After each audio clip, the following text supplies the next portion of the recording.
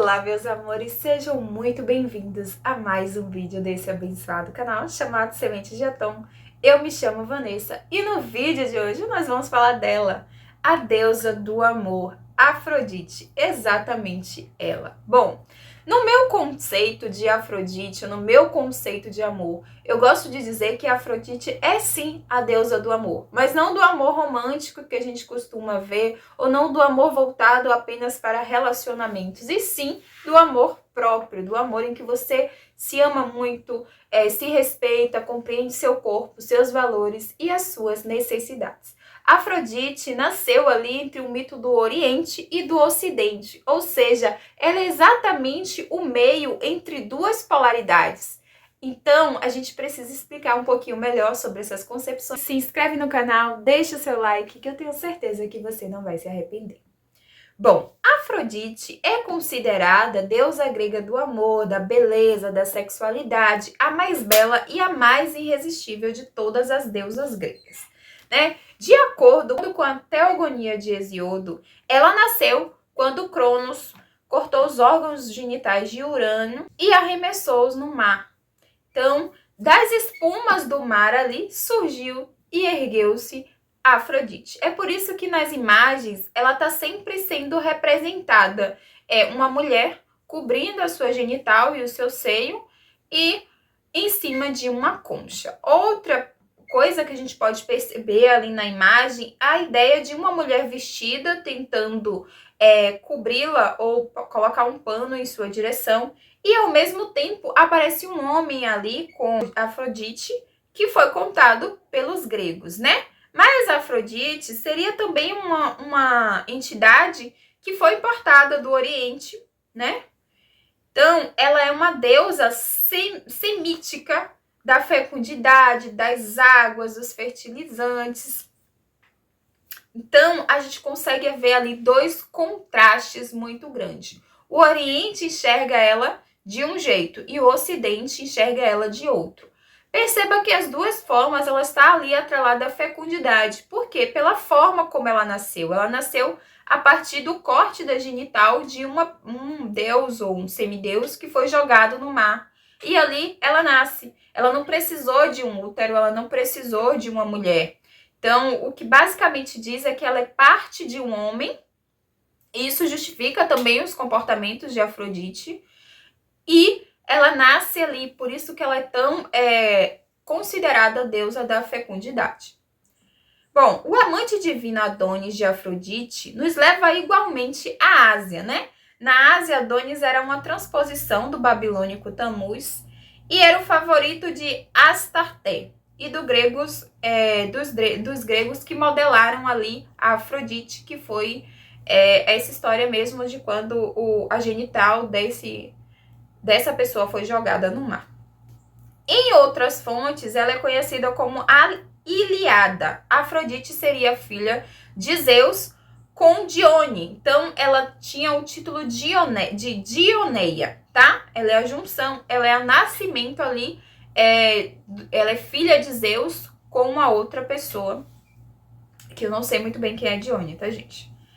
Devido a essa dupla origem da deusa, então a gente tem essa diferenciação dela. Então a gente estabelece o título de Afrodite, Urânia, Pandêmia, entre outras. A Pandêmia seria a inspiradora dos amores comuns, vulgares, carnais, ou seja, dos desejos incontroláveis.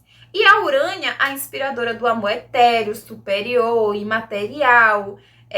Deixa eu ver outra característica. Através dessa versão, né, da Urânia, se atinge o amor supremo. Então, a representação, eu vou colocar a imagem aqui para vocês olharem.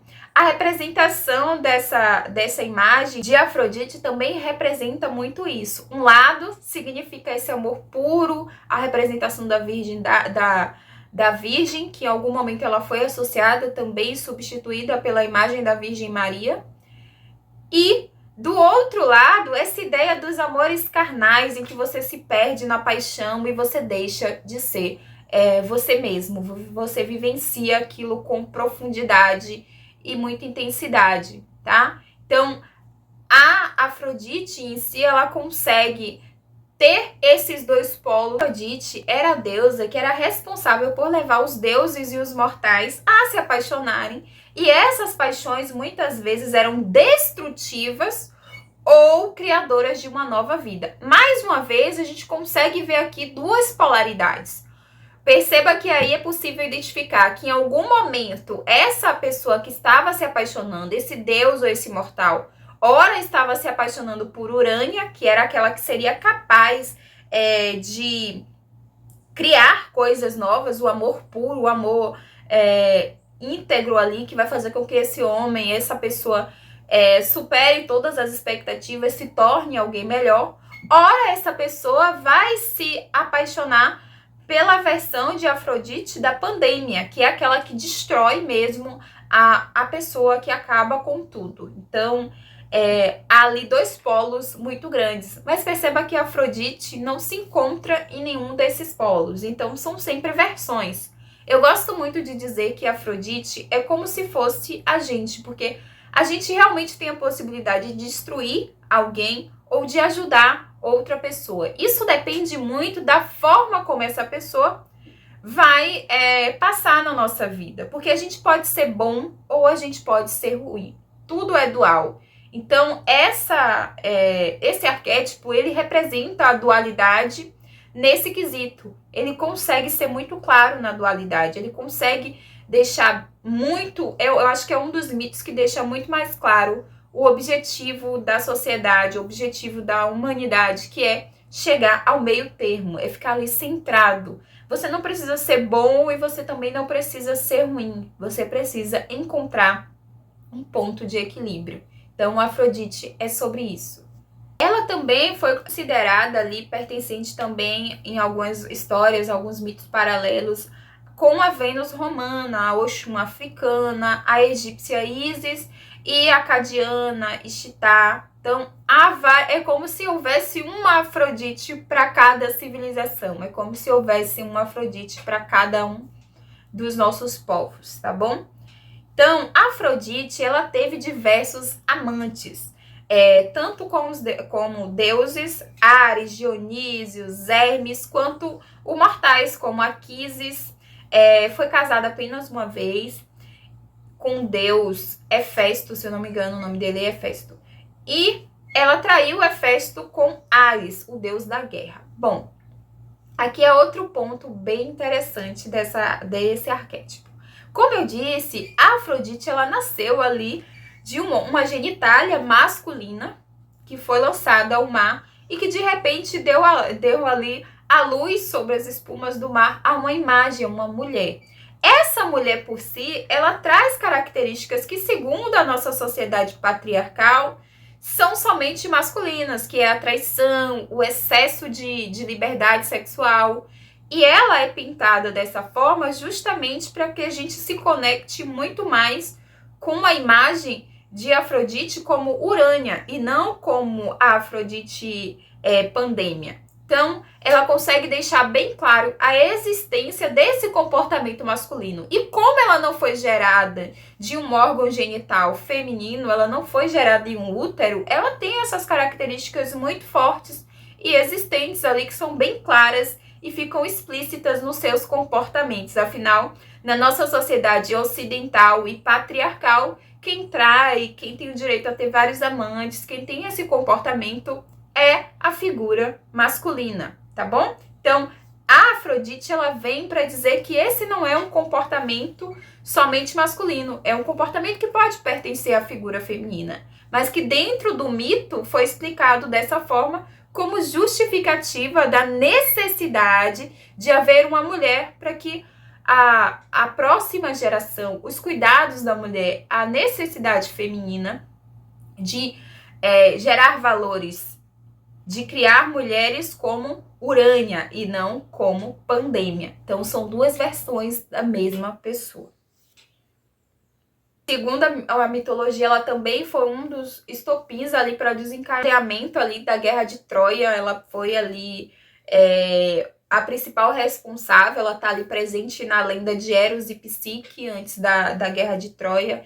E é aquela coisa, ela era capaz de destruir a vida desses homens. Aqui a gente se mostra mais uma vez como Pandêmia e não como Urânia, né?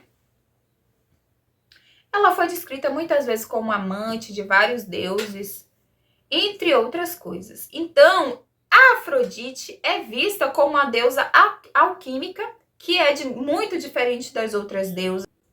As deusas em si, elas estavam sempre divididas em dois grupos. As virgens, que ali tem a Termes, Atena, Hestia, e as vulneráveis, que era Hera, Deméter, Perséfone, e entre outras, ela não se encaixou em nenhum dos grupos, porque Afrodite não representa a virgem ou a vulnerável. Afrodite representa o nosso imaginário e a necessidade de centralizar, de estar ali conectado consigo e não ser um ou outro. A gente pode sim ter um meio termo, a gente pode sim ser diferente. Não há necessidade de que as mulheres sejam as virgens ou as vulneráveis, tá bom? Então ela tinha autonomia, ela traz essa consciência de autonomia, de uma sexualidade muito forte, e era uma pessoa, uma deusa que não se deixava levar por ninguém, porque ela pensava por si só. Então essas características ficam muito claras nesse arquétipo da Afrodite. E eu tenho certeza que ao ativar esse arquétipo você vai sentir essa necessidade, né? Então, muitas vezes a Afrodite foi considerada a menos grega ali do Olimpo. E muitas vezes também foi considerado o símbolo de grande mãe. Mas a gente teve ali toda de necessidade de implementar o cristianismo e ela foi substituída pela imagem da Virgem Maria. Então, a conotação de mãe passou a ser vista como o perfil da Virgem Maria, que faz parte também de um mito patriarcal, onde há o desejo de que a mulher tenha um perfil exigido socialmente e que não condizia com a Afrodite, já que ela tinha uma liberdade sexual muito grande e não combinaria com a versão patriarcal. Então, uma das características que são bem interessantes para quando você ativa esse arquétipo da Afrodite é a conexão com a beleza feminina, a aceitação do seu corpo, que no momento está desconectado. A gente tem perfis e objetivos midiáticos de uma beleza inalcançável e que a gente busca todos os dias e que muitas vezes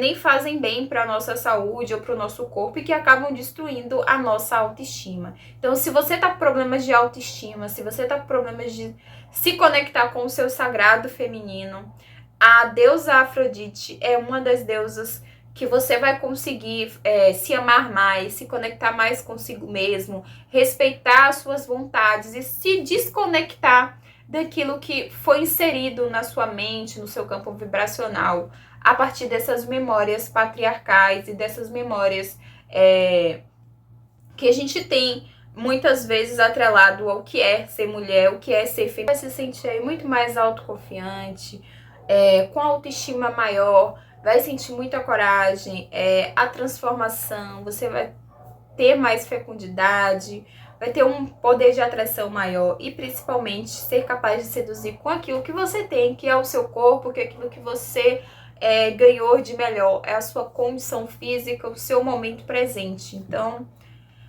o lado sombra desse arquétipo está sempre atrelado com a ideia de uma sexualidade muito aflorada. Então, ela atraía os parceiros, ela estava sempre com outros homens, sejam mortais ou deuses, e isso é um ponto negativo. A ação sexual pode ser muito importante para que você se enxergue como uma mulher. E o nosso chakra, né, sexual é um dos mais importantes para cocriar tudo aquilo que a gente deseja. Então, essa libertação sexual, não só de sair transando com outras pessoas ou ter múltiplos parceiros, mas sim de se enxergar como uma mulher capaz de escolher o seu parceiro, não apenas ficar esperando com que ele te escolha, tá? Muitas vezes a gente tá em um relacionamento meio ruim e continua porque a gente acredita que não tem outras pessoas melhores que aquela pessoa. Então, acho que esse arquétipo é um arquétipo para trazer luz à sua sexualidade, trazer luz aos seus medos, trazer luz e amor ao seu corpo. Por isso que ela é considerada a deusa do amor. Não o amor externo em que você vai amar outras pessoas, e sim o amor em que você se respeita, em que você se vê como principal amor da sua vida, tá bom? Se você deseja uma consultoria de arquétipos comigo, o link tá aqui embaixo. É só escolher o melhor horário e o dia e a gente se encontra.